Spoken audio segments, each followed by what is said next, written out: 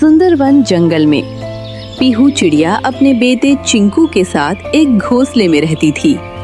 पीहू अब उम्र के उस पड़ाव पर पहुंच चुकी थी जहां हर काम पहले जैसा आसान नहीं रहा था। चिंकू बेटा उठो, अब सुबह हो गई है। अरे माँ, क्या हुआ? इतनी सुबह क्यों जगा रही हो? थोड़ी देर और सोने दो ना। बेटा अब मेरी उम्र हो गई है, अब मैं अनाज लेने बाहर नहीं जा सकती। आज से तुम्हें ही अनाज लेने जंगल में जाना होगा। पीहू की बात सुनते ही चिंकू झट से उठ जाता है। माँ, आप ऐसी बातें क्यों कर रही हो? आप तो ठीक हो ना? हाँ बेटा, मैं ठीक हूँ, लेकिन सच्चाई यही है कि अब मुझसे ज़्यादा काम नहीं हो पाता, इसलिए आगे से घर की जिम्मेदारी तुम्हें ही उठानी होगी। ठीक है माँ, तुम बिल्कुल चिंता मत करो। आज से मैं सब संभाल लूँगा। थोड़ी देर बाद माँ, अब मैं चलता हूँ। और हाँ, मैं सोच रहा हूँ जाते जाते बल्लू चाचा को भी अपने साथ लेता चलूँ। हाँ बेटा, बल्लू को साथ ले जाना अच्छा रहेगा। और हाँ, अपना ध्यान रखना। हाँ माँ, मैं अपना पूरा ख्याल रखूँगा। इतना कहकर चिंकू अपने घोंसले से बाहर निकल पड़ता है। थोड़ी देर उड़ने के बाद वह सीधे बल्लू के घोंसले के पास आ जाता है। अरे चिंकू बेटा, तुम यहाँ इतनी सुबह सुबह कैसे? हाँ चाचा, मैं जंगल में अनाज लेने जा रहा हूँ।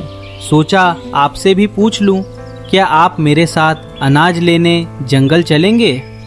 बेटा, अनाज लेने तो मुझे भी जाना है, लेकिन हमारे जंगल में अब अनाज की बहुत कमी हो गई है। आज हमें पास वाले जंगल तक जाना पड़ेगा। वो जंगल थोड़ा दूर है। क्या तुम इतनी दूर उड़ पाओगे? हाँ चाचा, मैं पास वाले जंगल जाने के लिए तैयार हूँ। ठीक है, फिर जब तुम तैयार हो तो देर किस बात की? चलो चलते हैं। दोनों बल्लू के घोंसले से निकलकर अनाज ढूंढने के लिए निकल पड़ते हैं।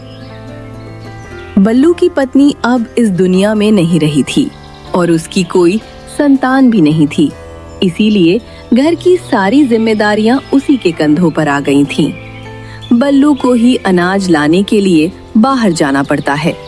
चाहते हुए भी वो घर पर आराम नहीं कर सकता। अगर वो अनाज लेने बाहर नहीं गया तो वो ऐसे ही भूखा मर जाएगा। उड़ते उड़ते वे थोड़ी दूर आ जाते हैं। तभी चिंकू बल्लू से कहता है, बल्लू चाचा, वो देखिए कितनी अच्छी फसल है और यहाँ पर कोई इंसान भी नहीं दिख रहा। क्यों ना हम यहीं से थोड़ा सा अनाज ले लेते हैं? हाँ, चलो चलो। दोनों नीचे आ जाते हैं और वहां से अनाज इकट्ठा कर लेते हैं। चलो चिंकू बेटा, शाम होने वाली है, अब हमें निकलना चाहिए। अनाज इकट्ठा करने के बाद दोनों वापस अपने घर की ओर निकल पड़ते हैं। थोड़ी ही दूर आने पर अचानक उन्हें एक आवाज सुनाई देती है। अरे कोई है? कोई हो तो मेरी मदद करो, बचाओ, मुझे इस पिंजरे से बाहर निकालो। मुझे मेरी माँ के पास जाना है। अरे बल्लू चाचा, ये किसकी आवाज़ है? लगता है कोई मुसीबत में है, हमें उसकी मदद करनी चाहिए। दोनों आवाज की दिशा की तरफ निकल पड़ते हैं। आगे बढ़ते हुए चिंकू को एक इंसानी घर दिखाई देता है। अरे वो देखो चिंकू, लगता है आवाज उसी घर के बाहर से आ रही है।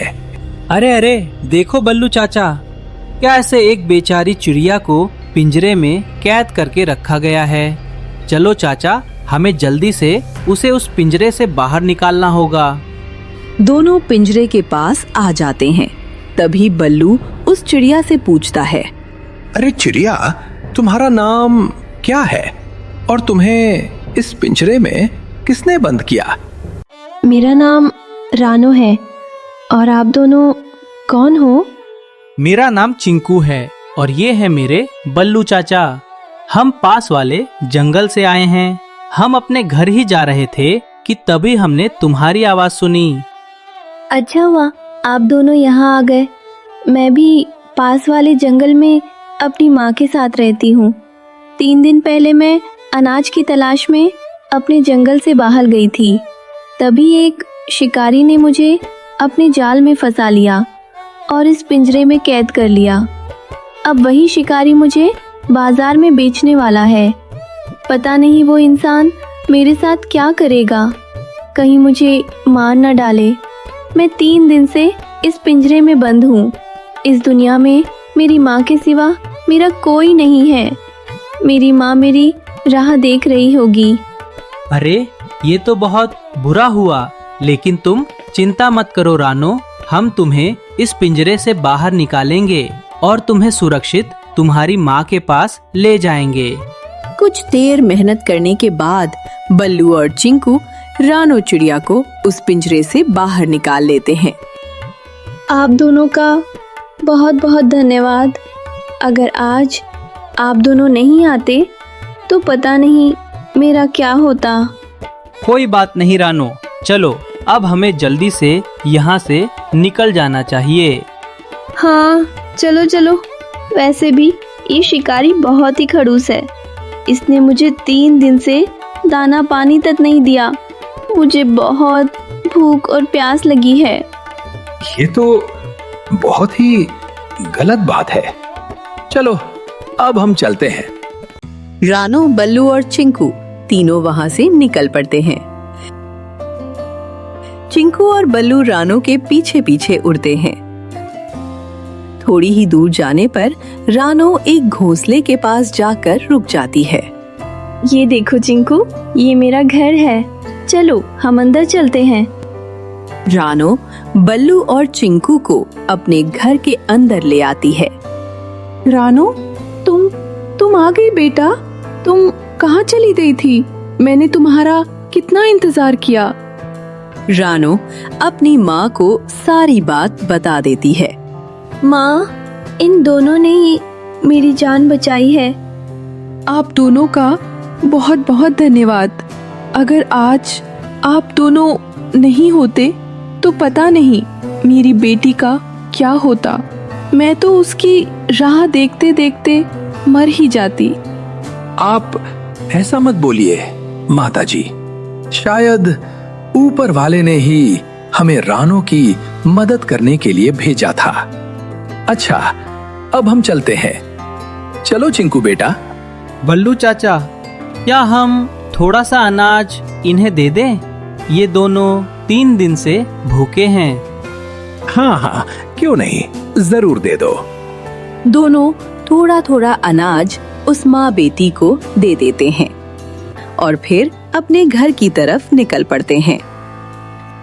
अच्छा हुआ बल्लू चाचा, हमने समय रहते उस चिड़िया की जान बचा ली, वरना पता नहीं क्या हो जाता। हाँ, तुम सही कह रहे हो चिंकू बेटा।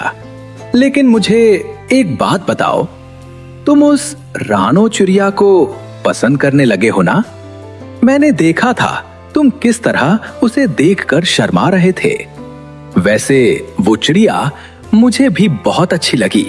कितनी सुंदर है, और तुम दोनों साथ में बहुत अच्छे भी लगोगे। बल्लू की ये बात सुनकर चिंकू और भी ज्यादा शर्माने लगता है। नहीं नहीं, ऐसा कुछ भी नहीं है बल्लू चाचा। मैं सब समझता हूँ चिंकू बेटा। दोनों बातें करते करते बल्लू के घर के पास आ जाते हैं। चलो चिंकू बेटा, तुम भी अब अपने घर जाओ। रात भी काफी हो गई है। ठीक है बल्लू चाचा, चलो कल मिलते हैं। अरे हाँ हाँ, मुझे याद है, कल सुबह होते ही मैं पीहू से तुम्हारी शादी की बात करने आऊंगा। अब बस भी करो बल्लू चाचा, मेरी टांग खींचना बंद भी करो। अच्छा बाबा, ठीक है, अब जाओ, कल मिलते हैं। चिंकू अपने घर की ओर निकल पड़ता है। चिंकू उड़ते उड़ते अपने घर पहुंच जाता है। अरे चिंकू बेटा, आ गए तो? आज तुम्हें इतनी देर क्यों हो गई? माँ देखो, मैं कितना सारा अनाज लेकर आया हूँ। इतना अनाज तो हम कई दिनों तक चला सकते हैं। हाँ बेटा, ये तो तुमने बहुत अच्छा किया, लेकिन तुमने अभी तक ये नहीं बताया कि आने में इतनी देर क्यों हो गई। चिंकू अपनी माँ को सारी बात बता देता है। तुमने बहुत अच्छा किया चिंकू, मुझे तुम पर गर्व है बेटा। सुबह हो जाती है और बल्लू कौवा पीहू के घर आ जाता है।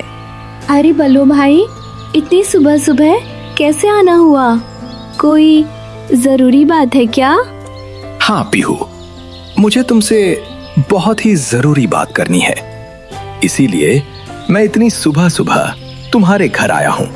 तो बताओ ना, ऐसी कौन सी जरूरी बात है? पहले ये बताओ, क्या चिंकू ने तुम्हें कल की घटना के बारे में बताया या नहीं?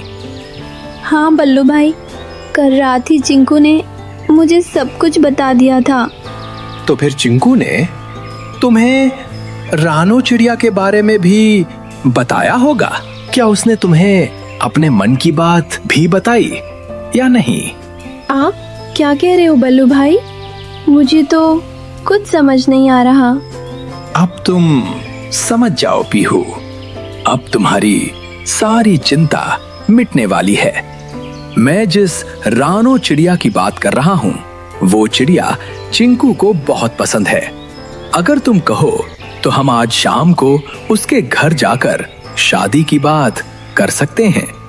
ये तो बहुत ही अच्छी बात है बल्लू भाई। अगर चिंकू को पसंद है तो मुझे कोई ऐतराज नहीं। हम आज शाम को जरूर जाएंगे। शाम हो जाती है। बल्लू और पीहू रानू चिड़िया के घर पहुंच जाते हैं। रानू चिड़िया की माँ चिंकू को पहले से ही देख चुकी थी। जब उसने रानू से पूछा तो रानू ने भी खुशी खुशी हाँ भर दी। इस तरह रानू और चिंकू की शादी तय हो जाती है और कुछ दिनों बाद रानू और चिंकू शादी के बंधन में बंध जाते हैं। तो दोस्तों, आपको हमारी ये कहानी कैसी लगी? हमें कमेंट्स में ज़रूर बताना। और अगर कहानी अच्छी लगी हो तो लाइक, शेयर और सब्सक्राइब ज़रूर कर देना।